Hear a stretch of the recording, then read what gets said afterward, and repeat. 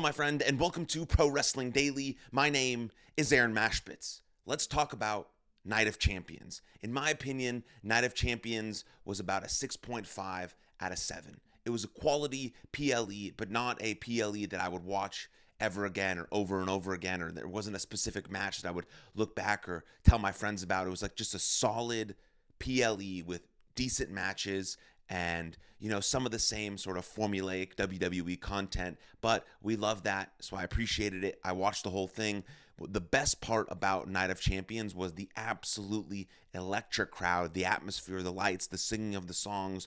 All of that stuff makes the show so much better, and it just seems like every show outside of the United States has that sort of fan interaction, fan buzz, fan electricity that really elevated the show. It really elevated the matches, and then if you watch them, without the sound on or the sound off, you see that the match is just sort of the same as they've always been, especially the classic WWE style main event matches. But 6.5 out of 7 is actually not bad. I really enjoyed it. I had a great time watching it. And so, yes, that's what my initial reaction of Night of Champions was. Now let's get into more specifics. We have Cody Rhodes is the king of the ring. He beats Randy Orton in the final.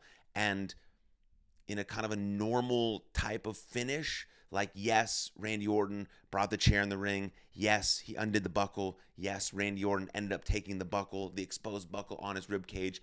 Cody Rhodes took advantage. Now, I don't think there's anything wrong with Cody Rhodes taking advantage there. Now, there might be the little seeds that are being planted of Cody Rhodes potentially turning heel, but I just don't think WWE will do that this soon in his career. I think that's planting the seeds of Randy Orton turning heel and actually punting Cody Rhodes, because in the match he's thinking about it. The voices are telling him not to do it. He's conflicted. He doesn't know what to do to go to that side of Randy Orton. And I think with this loss, with the 2024 loss in the King of the Ring to Gunther, Randy Orton is going to lose it at some point. He's going to punt Cody Rhodes' head off, and they're going to have a very, very extensive, long, and brutal feud.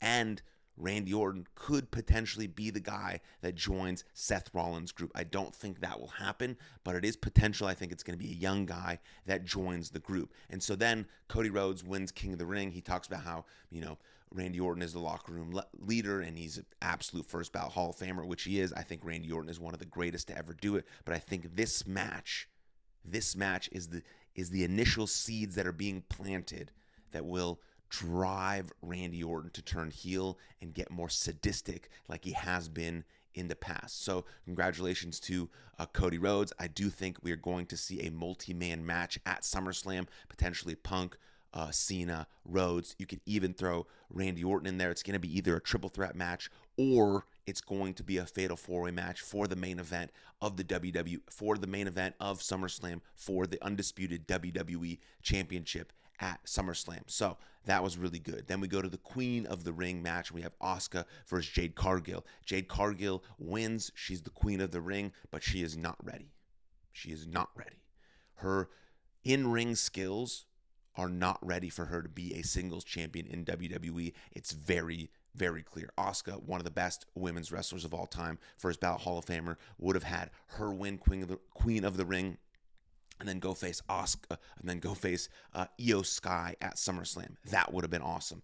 Now we have Jade Cargill. She's not ready. She can't hold a match by herself. Her moves aren't crisp. She can barely do her finishing mover and create a pin. Like, she's just not ready. Her in-ring ability is not ready to be a singles champion in WWE yet. Now she could get better, obviously, but she's going to go on to SummerSlam. She's going to face Tiffany Stratton, I believe, and then I think Naomi is going to cash in on Jade Cargill in SummerSlam. So I think that's the plan moving forward. So Jade won't actually hold the belt for longer than a minute and a half. But even if she does, she's still not ready to be a WWE singles champion yet. And then we move on to the rest of the show, and then we get into, Solo Sikoa wins the United States Championship. More members of his sort of bloodline are being added, but all of these new members Nobody cares. Like, the reason Jacob Fatu is so over is because he has undeniable aura and charisma, and he's just like, he's a cool guy that people can connect with, and he has this intensity about him, and just like, yes, Jacob Fatu should absolutely lose that United States Championship, which he did to Solo. Solo's really, really working hard to be his best self right now, and I absolutely appreciate that. Solo's doing the best to his ability with what he's been given, and he's been given a lot of good stuff, and he's really, really running with it. And I think the United States Championship for him is really good. Is really, really good.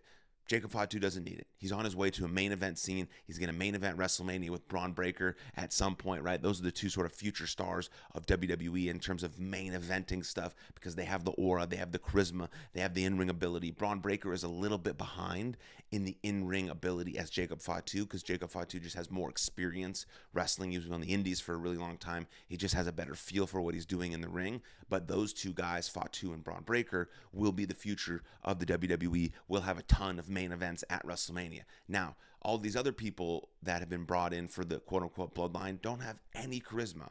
I mean, JC Mateo is like a freaking wet blanket. He's got no aura. Nothing about him stands out. He's just big, he's strong, and he does really cool suplexes. Nothing about him is like, ooh, I have to watch that guy. And same with everyone else that they've brought in. Nothing's like, ooh, I have to tune in to watch that guy. He's bringing aura, he's bringing intensity, he's bringing emotion, he's bringing charisma. He's great in the ring. No, he's just another guy. And so, yes, Solo has all of those things. Solo has charisma, undeniable charisma. He's getting better in the ring. He's just really, really good at what he's doing. He's moving up in the world. He's taking all of these opportunities and he's running with them. But everyone around him is boring. And so it makes the whole group boring. It makes all the run-ins boring. It makes all this stuff not as exciting when Jacob Fatu isn't the centerpiece. And so hopefully this feud will continue, but I think Solo will have a long United States Championship run, and Jacob Fatu will move on to the main event picture. And then you go on to the main event of Night of Champions, where you had CM Punk and John Cena. Everything leading up to this match was incredible. The atmosphere was incredible for this match, and you get a classic WWE style, John Cena style main event, where John Cena does 17 attitude adjustments. Oh, before I forget, in the Cody Rhodes Randy Orton match, I absolutely hated that Cody Rhodes kicked out of two RKOs. Two RKOs. That was unnecessary and unneeded to put over the story that they're doing. It wasn't WrestleMania. There doesn't need to be all these finisher kickouts. The RKO is the most devastating finisher in WWE, and the one that everyone knows when you hit that, it's over.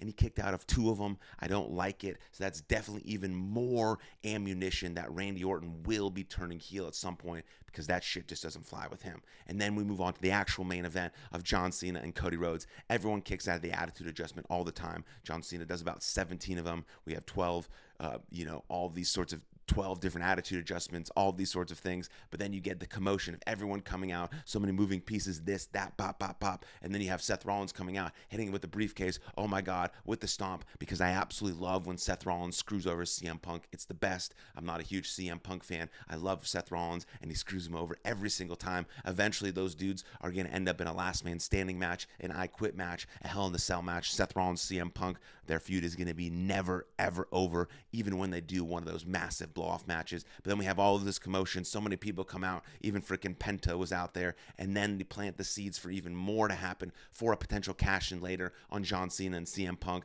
And then you have a little disparity between John Cena and Seth Rollins. We know the heat between Seth Rollins and CM Punk. And then John Cena ends up picking up the win and retaining his WWE Undisputed Championship. Yes, this is a classic match. It's very overbooked, but it's exciting. It has a lot of moving pieces, and it plants the seeds for what's going to happen potentially at SummerSlam in a multi-man match, either a triple threat or a fatal four-way. And this could be the time that Seth Rollins cashes in, but I don't think he will, because I believe Naomi is cashing in at SummerSlam, and I don't think they want to do two cash-ins at SummerSlam. But we will see this multi-man match for the undisputed WWE Championship, and Seth Rollins is always in the mix, just doing whatever he can to run his power, to have his authority, to, whatever the case may be. So that's my reactions and thoughts to Night of Champions. Overall, about a 6.5 out of 7. Did plant some seeds and create some storylines for the 2-night event of SummerSlam.